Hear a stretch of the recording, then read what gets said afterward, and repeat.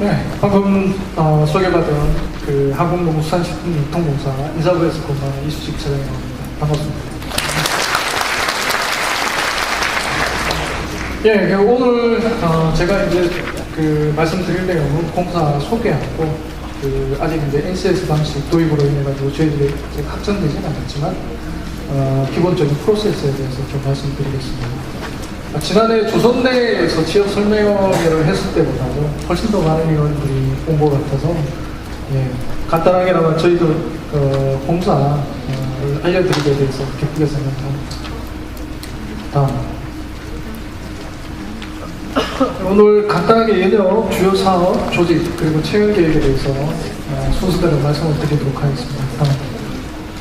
네, 저희들 그 유통공사는 67년도에 농어촌 개발공사로 시작이 되었습니다. 당시에는 농어촌에 인구도 많이 살고 농업의 비중이 높았기 때문에 그 농업의 그 발전을 위해서 저희 이제 농어촌 개발공사가 설립이 되었습니다. 이후에 이제 그 도시화라든가 근대화가 진전이 되면서 농산물의 유통 거리가 길어지고 복잡하게 되면서 저희들 공사가 그쪽 업무까지 담당하게 되면서 86년도에 농수산물 유통공사로 지금 변경이 되었습니다. 이후에 저희들이 다시 그 식품 분야까지 사업 능력을 확대하게 되면서 지금의 한국농수산식품 유통공사로 지금 최종적으로 바뀌게 되었습니다. 저희 공사는 농업인의 농업인의 소득 증진과 국민 경제 균형 있는 발전을 도모한다는 설립 목적을 가지고 주요 사업 영역을 크게 유통혁신, 수급안정, 수출진흥, 식품산업 육성으로 나누어지고 있습니다.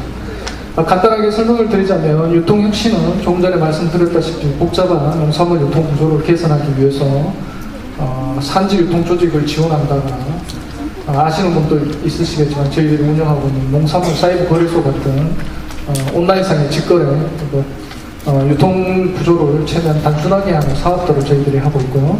수급안정 사업은 마늘, 고추 이런 그 국민 식생활 기초 품목을 수입하거나 또는 구매해서 비축하고 있다가 가격 추이를 보고 판매를 함으로 인해서 가격 안정을 도모하는 사업이라고 보시면 될 것 같습니다. 그리고 수출 진행 사업은 우수 농산물을 생산하기 위해서 생산 농가에 자금을 지원한다거나 또 수출 확대를 위해서 해외 시장 개척하는 사업을 하고 있습니다. 마지막으로 식품산업 육성은 최근에 이제 식품 분야가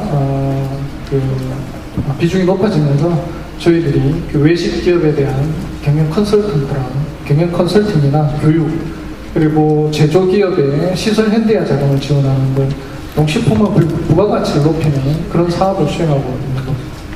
다음. 네, 세부 연역은 그냥 넘어가도록 하겠습니다. 다음. 저희 공사의 기본 현황, 조직이나 정원에 대해서 잠시 말씀을 드리겠습니다.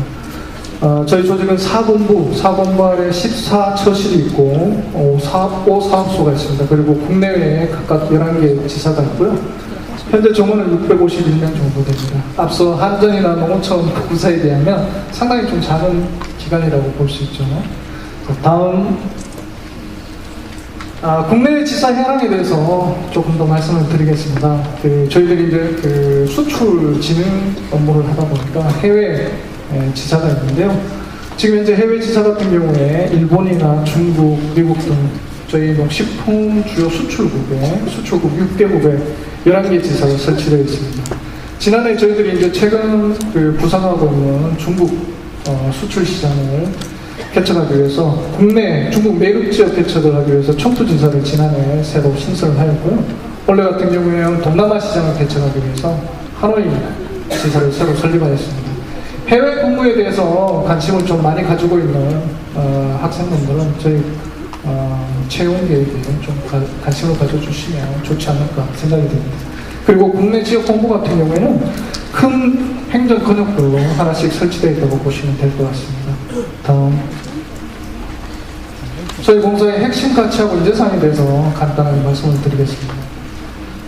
저희 공사는 농수산식품 산업 진흥을 통해 국민의 안정적인 먹거리 확보와 삶의 질 향상에 기여한다는 미션을 달성하기 위해서 5개의 핵심 가치를 기준으로 저희들이 사업을 수행하고 있고, 핵심 가치를 베이스로 해서 3개의 인재상을 저희들이 가지고 있습니다.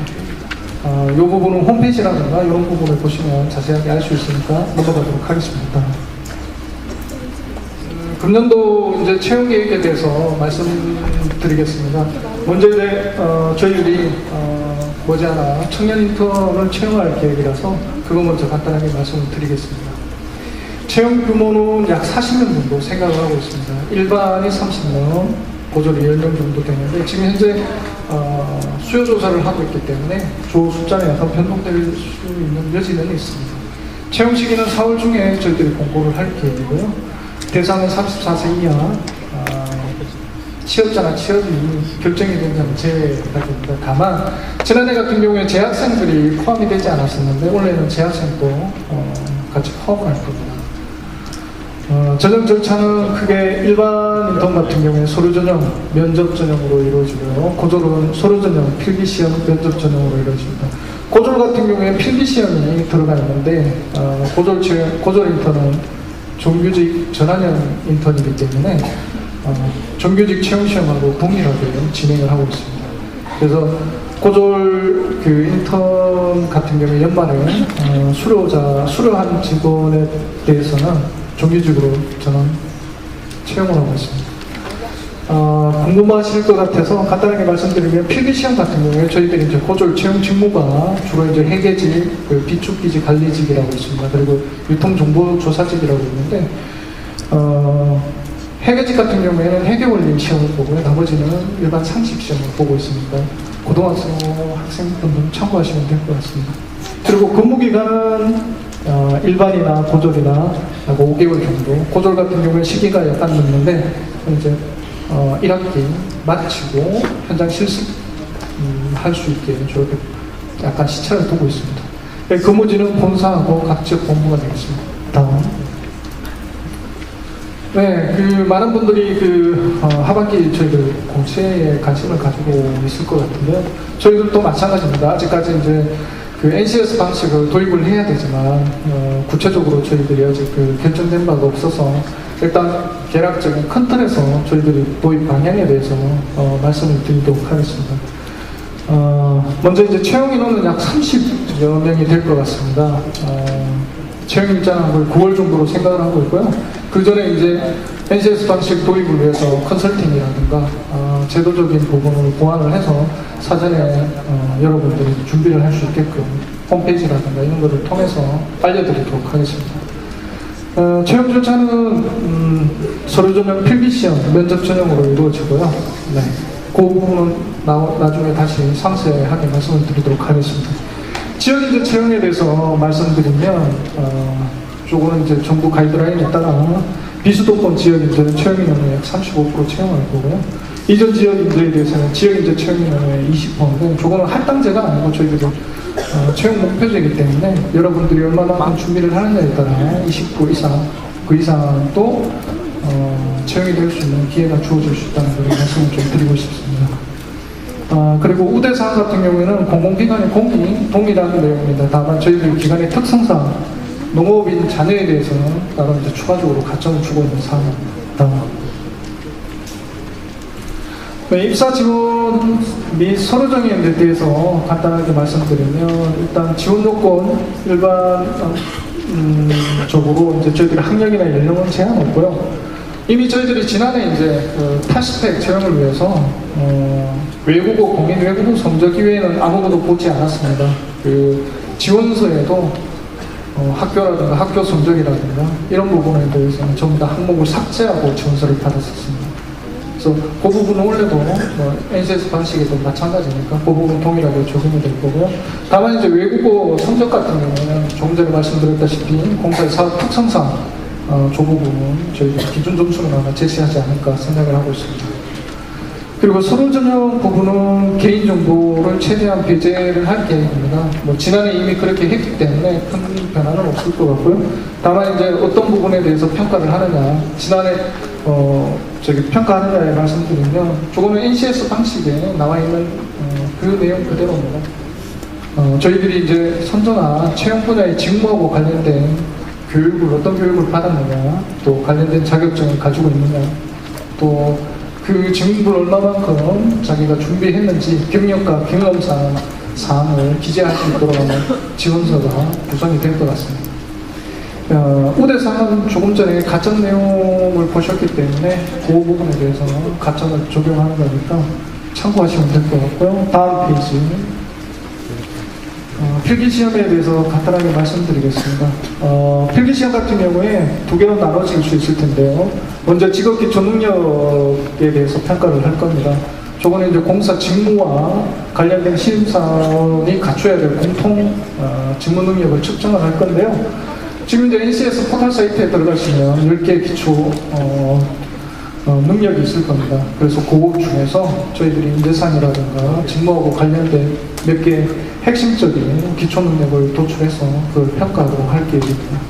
그리고 그거 플러스 전공시험을 볼 텐데, 기존에 저희 공사 같은 경우에는 전공시험은 시상문수를 봤었습니다. 근데 원래 같은 경우에 그 시상문수를 볼 건지 전공시험으로 볼 건지 저거는 좀 검토를 해서 결정을 할 사항이었습니다. 다음. 네, 면접 전형에 대해서 말씀드리겠습니다. 면접 전형 같은 경우에는 이제 그 기재부에서는 지금 이제 NCS 방식으로 진행을 하라고 지금 가이드라인이 내려와 있어서 저희들도 이제 그렇게 진행을 할 건데요. 이제 저희들 같은 경우에 뭐 조금 전에 말씀드렸다시피 회화 면접은 필히 들어갈 것 같고요. 그리고 나머지 이제 직업기초 능력하고 인재상의 초청을 둔 그 면접을 진행을 할 것 같습니다. 지금 기존에 이제 저희들이 이제 PT 면접을 했었고, 개별 면접을 했었습니다. 그래서 평가 내용에 대해서는 조금 틀려지겠지만, 면접 방식에 대해서는 크게 바뀌진 않을 것 같습니다. 전체적으로 제가 이제 설명을 드렸지만, 짧은 시간 안에 설명을 드렸지만, 저희들이 아직까지는 NCS 방식을 도입을 해야 된다는 것은 분명하지만 아직까지 준비가 되지 않았어서 여러분들한테 구체적으로 제가 설명을 드리지 못한 점에 대해서는 양해 말씀을 좀 드리고요.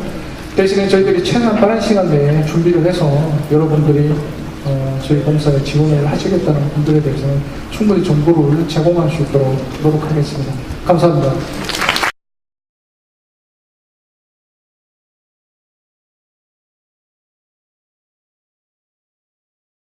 많이 오신 것 같아요. 천보현 학생이 질문을 보내주셨습니다. AT에 보내주셨네요. 우리 농수산 식품유통공사. 스펙도 중요하지만 직무 능력은 어떻게 준비해야 되나요? 라고 질문을 보내주셨습니다. 네, 조금 전에 이제 KBS에서 채용 대응 전략으로 말씀을 해주셨는데, 제 생각도 거의 대동소이합니다.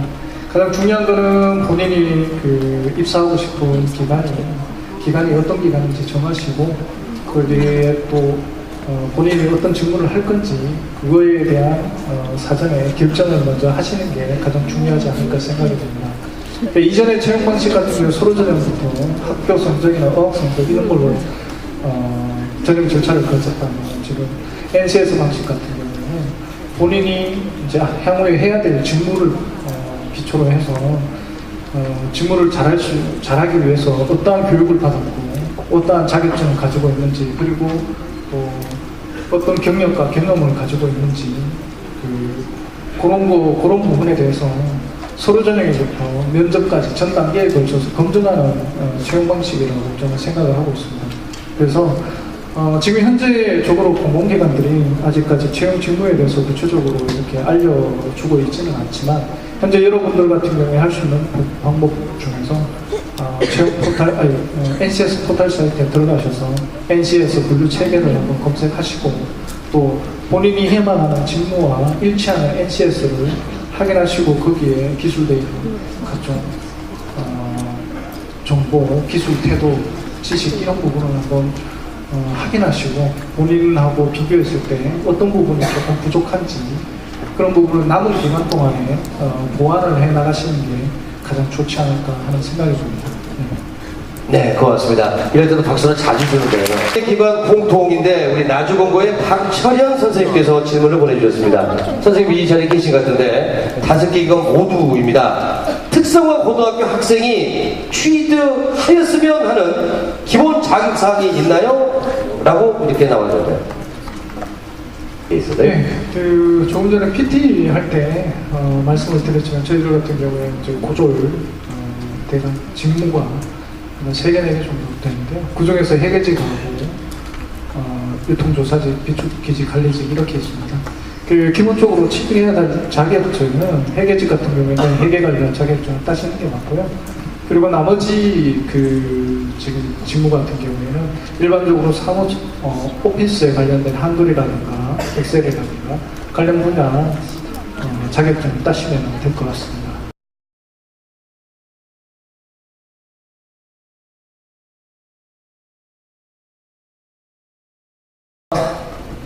공공기관에 입사하기 위해서 우리는 어떤 준비를 했다?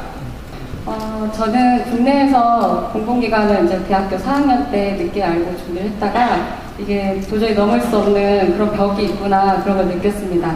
저는 지역 대학교의 대학생이었고 또 인문대학생이고 여자이다 보니까 사기업에는 서류 전형 같은 게 통합 안 되더라고요. 네. 그래서 그 이후에 해외 인턴 기회를 찾아서 싱가포르에서 해외 인턴 후 이제 정규직 절차를 밟아서 일을 하던 중에 AT를 알게 되었습니다. 그래서 AT가 하는 일에 대해서 알게 되었고 그때 이 직장이 정말 괜찮고 우리나라 농수산 식품을 이끌어가는 글로벌 공기업이구나 이런 걸 느꼈습니다. 그래서 이것저것 경험을 하다 보면 분명 본인이 원하는 그런 적성이 무엇인지 깨닫는 그런 때가 올 거예요. 물론 그때 준비해도 늦진 않지만 다양한 경험을 해보시고 앞서 그 한전 사원께서 말씀했듯이 인턴을 먼저 경험해보는 것도 본인에게는 굉장히 득이 되는 경험이라고 생각합니다. 아, 그렇구나. 아무튼 네, 박수. 임원직 면접 때 가장 답하기 어려웠던 질문이 있었다면은 어떤 게 있었나요? 그리고 PT 면접의 주제는 무엇이었나요? 네, 저는 굉장히 당황스러운 질문을 받았었는데요. 저희 회사 면접은 자기소개서를 바탕으로 모든 질문이 이루어지는 것 같습니다. 근데 저는 그 싱가포르에서 AT와 함께 한국 딸기를 홍보했던 경험에 대해서 썼는데 거기에 관련된 질문을 받았습니다. 그 부사장님이셨던 것 같은데 한국 딸기가 몇 톤 정도 싱가포르로 수출되는지 아냐고 물어보셨습니다.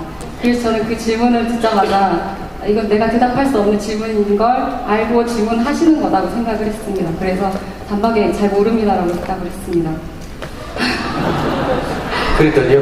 네, 그러니까 이렇게 당황스러운 그런 상황을 유도해서 질문을 하는 그런 경우도 있는데요. 그럴 때는 모르면 모른다고 솔직하게 대답을 하시고 다른 질문을 해서 기회를 보시는 게 네, 팁으로 드리고 싶습니다. 아, 지금 취업을 준비하고 있는 학생들에게 해주고 싶은 조언이 있으시다면, 자, 지금 취업을 다시 하는 거예요. 그러면은 뭘 준비를 하실 건가? 드리겠습니다. 만약 취직을 다시 준비하라고 한다면 저는 불필요한 자격증을 따지 않겠습니다. 지금 취업 준비생들은 재정적으로도 굉장히 힘들고 서울로 시험 보러 갈까 말까 고민도 굉장히 많이 하실 겁니다.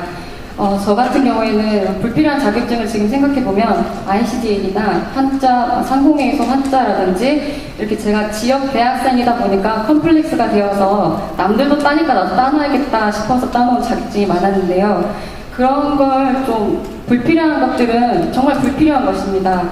그래서 정확하게 자기가 가고 싶은 기업을 골라서 전형에 맞게 저 같으면 다시 준비를 할 것 같습니다. 아, 불필요한, 예. 후배들에게 취업뿐만 아니라 꼭 들려주고 싶은 이야기가 있다면은 짧게 한마디씩 부탁을 좀 드리도록 하겠습니다. 제가 지역 대학생 여러분들께 꼭 드리고 싶은 말씀은요. 먼저 첫 번째로 취업 성공이 무엇인지 본인에게 한번 자문을 해보셨으면 좋겠습니다.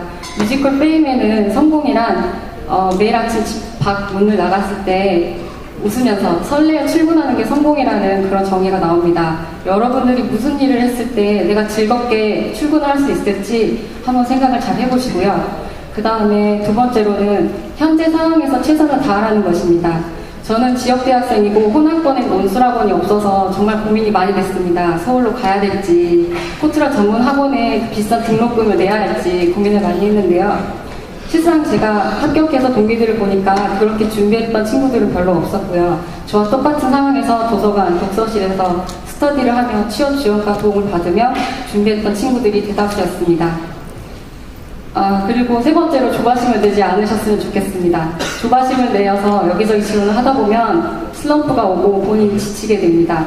그래서 목적을 분명히 하시고 거기에 집중을 하셨으면 좋겠습니다. 마지막으로 이 중에서 분명 저희 회사에 들어오시는 분이 있을 겁니다. 다음에 좋은 인연으로 꼭 뵈었으면 좋겠습니다. 감사합니다.